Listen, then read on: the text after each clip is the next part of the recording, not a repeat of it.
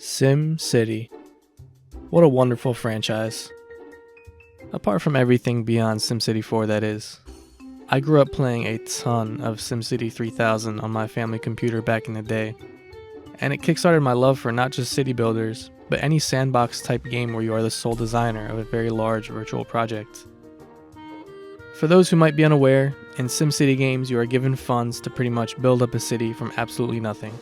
In order to do so, you have to slowly grow your population while keeping the citizens happy to expand the number of residents. Your goal is to build and manage a megacity, and the challenge is keeping everything balanced so that everyone is happy. It starts off simple, and as you progress, you unlock new mechanics to interact with the urban planning process. You have to manage things like electricity, water lines, zoning demand, traffic control, pollution, education, crime rates, sewage, public transport, healthcare, garbage collection, scenery, recreation, funding, taxes, mass transit, industrial projects, housing, commercial buildings, disaster protocol, building repairs, happiness, neighboring cities, building placement, highways, train stations, and much, much more. So these games have quite a bit of depth to them, and as the series progressed, each title introduced new features to improve the experience, for the most part. Now, even though the SimCity franchise may be dead, the genre still lives on through games like Cities Skylines and Tropico. Cities Skylines is a phenomenal city building game with more depth and features than ever before, and it is definitely a worthy successor to the classic SimCity games of the past. It's probably my all-time favorite sandbox game just because of how much I can customize to my own liking and how extensive its gameplay can be. But let's forget about the modern games for a few minutes. Every series had to have started somewhere, and SimCity definitely had a start.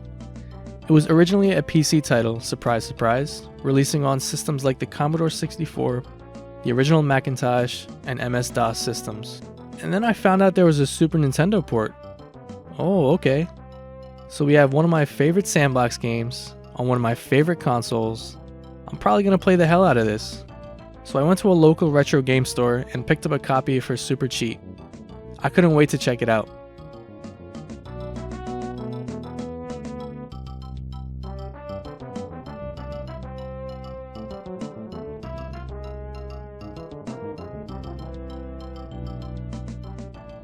Well, it's definitely SimCity.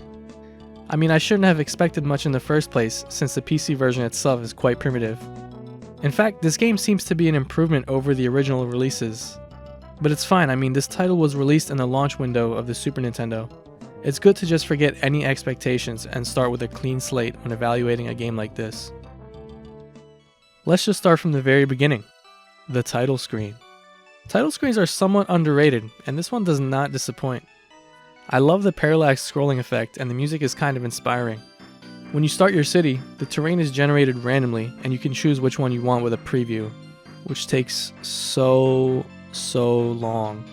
So I just chose one of the first seeds and just said screw it. And here we go. Off to build our new city. We have our typical SimCity mechanics like zone demands, transportation, and electricity. Things are a bit limited though, including the zones, which are 3x3 squares and you cannot adjust the size of them at all. This can be tricky when you're trying to fill out every single tile in your city.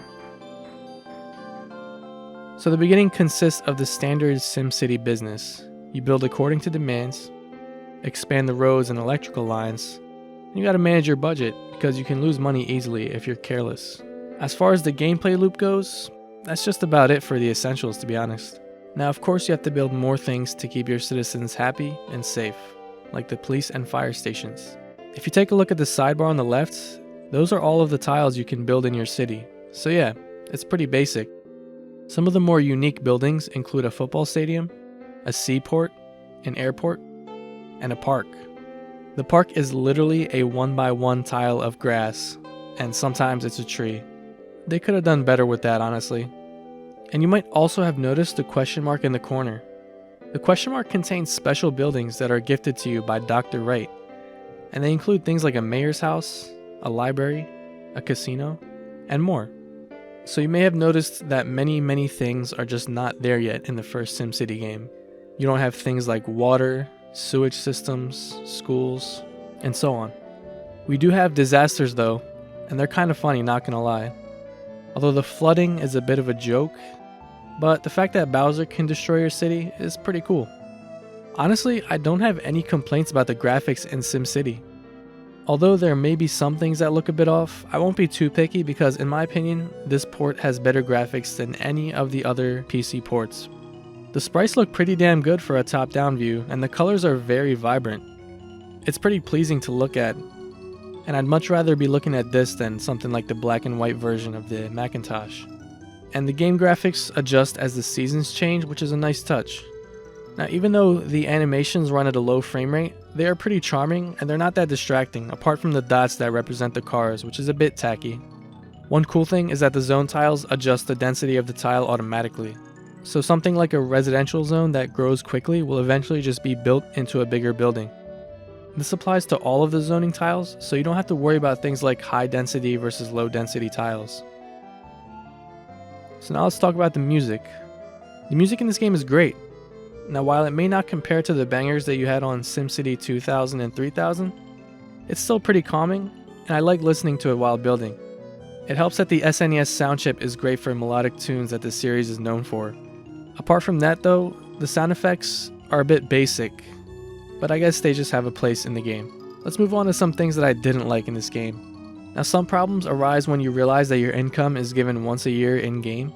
And if you are low on money, you're going to spend a lot of time just waiting to make some money. And it definitely doesn't help that you barely make any money if you have your taxes set to an amount where the citizens are happy. Otherwise, you lose residents and the population goes down. I spent too much time just waiting to make some money, even when my city had about 50,000 people living in it. It was kind of annoying, but I did end up just waiting anyways. But one of the bigger complaints I have is that the gameplay loop is just too simple.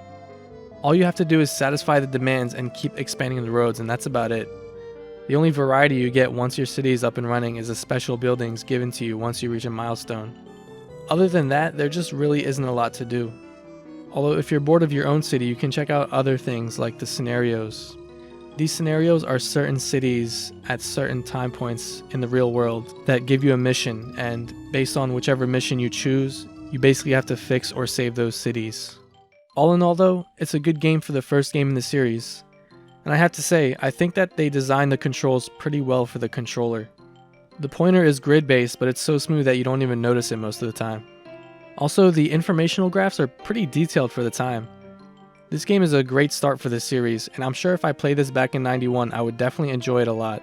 But for the time being, I'm pretty spoiled when it comes to the more modern games, so I think I'm just going to stick to City Skylines. But that's going to wrap things up for this episode. I know it was a bit of a short one, but I still got other projects that I'm working on at the moment. I appreciate the support as always, and if you haven't already, please consider subscribing.